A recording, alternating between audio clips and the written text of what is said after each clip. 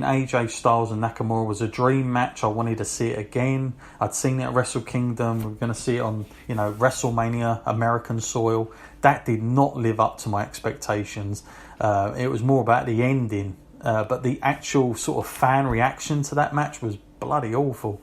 And whereas this one, at least the fans seem into it. And I believe that, Kofi got one of the biggest reactions of the night.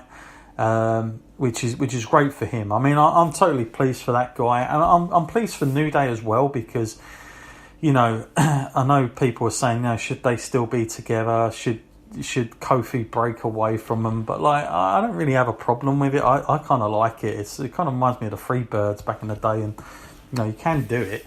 Matt, what did you make of the result of it, and what do you sum it up as?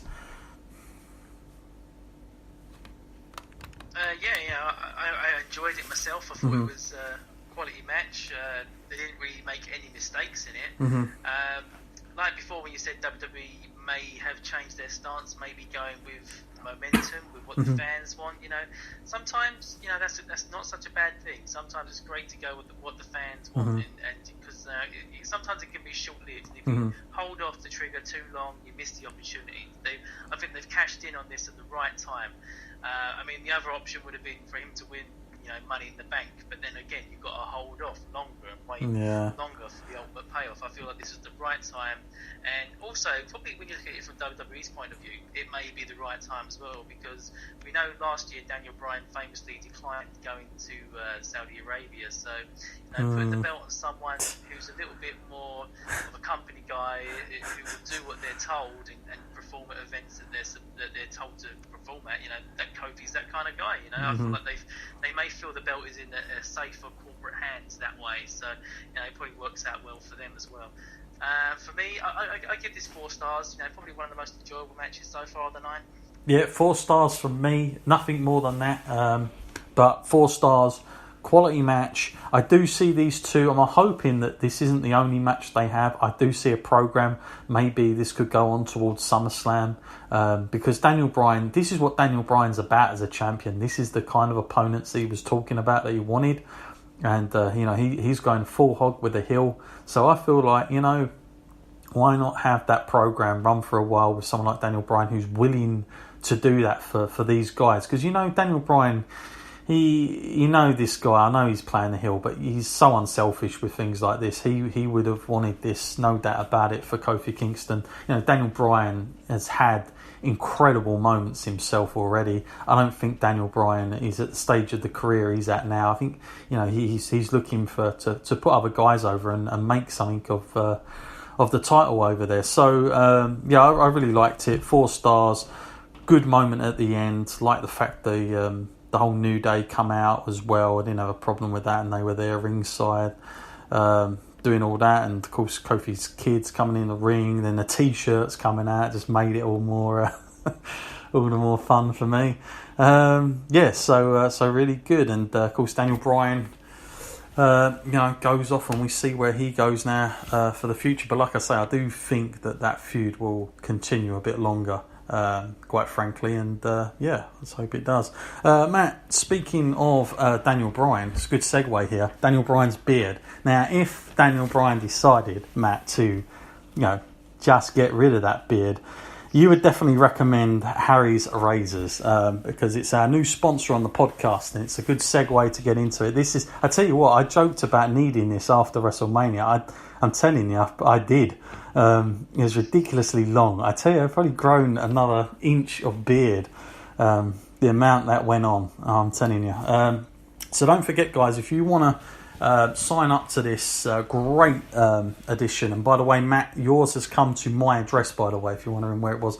I didn't get it in time to send it to your address, so Matt will be choosing his. But I can tell you from my own experience of using this great custom razor that it's all it says and all it lives up to. Very, very easy to use, very easy to sign up to as well, folks. Don't forget, if you want to be a part of it, all you've got to do, harrys.com, just go on there, really easy. You just go in, you start your free trial here, folks, so it's totally free. All you pay is the delivery. You haven't got to go out into a shop. You get these things delivered, and the great thing about it is, okay, if you're somebody that doesn't shave a lot like me, because I've got a beard, you can customize when you need the deliveries. So you can set it up for 3 months, 6 months. You can have a different choice of how many razors you want coming, if you want foam, creams, all the rest of it. And the even greater thing about the customization, as Matt already alluded to last time, because he has gone with the chrome look of this, by the way, the special edition chrome. Also, you can choose your colours. If you don't want a chrome, there's a blue, there's a green, and there's an orange. So all sets, they are completely customizable. You pick out which one you want, and then you go with the plan that you want. It's all customized. You can go with the 8 blades, you can go with the 8 blades and a gel, or you can have a family plan. Very, very good value here, folks. I know how much razors and creams and all the rest of it can be in supermarkets and stuff like that, and sometimes you are only limited to certain brands, trust me. So this gives a nice alternative, and the great thing is it turns up on your doorstep, so you're never in a moment of thinking, when have I got to go out next? So folks, go on Harry's Razors, and also to help the podcast out and give us a kickback when it comes up to asking where you found this from, just stick in the word wrestling or wrestle or WrestleLine if you want, and we'll get a nice kickback from that. I know a few of you guys have already. Very, very thankful for you doing that, and I know that Matt is definitely going to be looking forward to using it when I see him. I'll be getting that over to him very, very soon, along with some other stuff as well as it happens. But yeah, Matt, you'll be using this, no doubt. I don't think you're growing a beard at the moment, are you? Every week or so I do. I leave it a week and then I shave it off. So it's definitely going to come in handy for that. And it's one of those ones I imagine that will last a long time as well, because that's what you need from a razor, isn't it? You don't want to just throw it away after a couple of shaves. You want to get a few out of it. Yeah, and you don't want to use one of those cheap brands, I tell you. Cut your blooming face up. I did that once, and never go back to them again for me, I tell you that. Gone are the days, my youth, when I used to have to do that, blimey. So anyway, moving on. Moving on now to the next part of this, what is seeming like a marathon at this point. I mean, I don't know what hour we was at this point, but I can remember feeling very, very tired at this point. And now we get another, we got this ridiculous backstage thing. We had Alexa Bliss, who checks on the hosts from Saturday Night Live, and they did this weird, I don't know if you saw this, mate, they did this weird like little sketch thing where Kevin Nash and Scott Hall come out as the doctors. Oh yeah, that's right, yeah. Funny ha-ha moment. I mean, yeah, it's not bad, but I was just like sick of those two guys by this point. I wasn't really feeling it. I don't know if that was just me being a bit miserable, but yeah, I wasn't really totally into that. I do like the backstage stuff now and then when they get old timers back, but yeah, I wasn't really feeling that one. Next up, Matt, we have the United States Championship, and there was a lot of noise about this match going into it, whether Rey Mysterio was 100%. Still don't know really if he was 100%, and given Samoa Joe and the length of this match, Matt, I can only presume maybe he wasn't. But then again, because of the amount of matches, it wouldn't surprise me if they just cut this completely down because of how much they'd had on, and plus to come up. This was the one that seemed to sort of face the consequences to that. And of course, poor old Samoa Joe, Matt, his first WrestleMania, and all 53 seconds of it, Matt. Enjoy. Yeah, I mean, I said before, like, what I feel about Rey Mysterio, where his place in WWE should be these days. This guy, he is a living legend. No better masked superstar ever. And what does he get? The grand old total, 53 seconds, and made to look like a complete crap. It's really disappointing as a fan to actually see that happen. Samoa Joe is great. Yeah, I mean, he's a good competitor in that ring and dominant, but he's never been booked that way in WWE. So out of nowhere, they just started to change their stance on Samoa Joe, made him incredibly dangerous. Yeah, they pulled out the injury card from Ray, and it was questionable about whether Ray would turn up at WrestleMania at one point. But he did make his appearance, but it was just like, why bother then? You just get someone else. If there's a problem with Ray, or you think like you want to go down this route, it's more damage than it's worth. Yeah, I didn't like this at all for that reason. I felt they could have done a better angle if they really didn't want this match to do something else, but they just, I don't know. This on paper looked good. I was looking forward to this. I kind of agree with what Matt said. I mean, they are treating Rey Mysterio like garbage, and you put this comparison, Matt, towards somebody like, I know it's completely different, but look how Jushin Thunder Liger is treated in New Japan and all the places he goes to. He's an absolute legend. You don't get treated the way Rey Mysterio is getting treated in WWE, I tell you. No doubt the guy loses, I'm not saying that, but like, he is respected. Whereas Rey Mysterio is just sort of treated like, an average wrestler for some reason in WWE. And I really, considering the amount of following he has from Mexico, I'm really shocked that WWE have done this since he's come back. They've done absolutely nothing with the guy. I actually predicted at one point when he came back, I thought, here's a good match for Daniel Bryan for WrestleMania.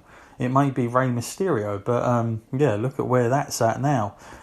So I don't really know what WWE's intentions were with Rey Mysterio, but they certainly, it's almost, you could go back to when he was last in it, Matt, and he needed to leave then. It's almost like the same thing again. I really don't get why they chose to have him back. And he's another guy who, I could see leaving easily.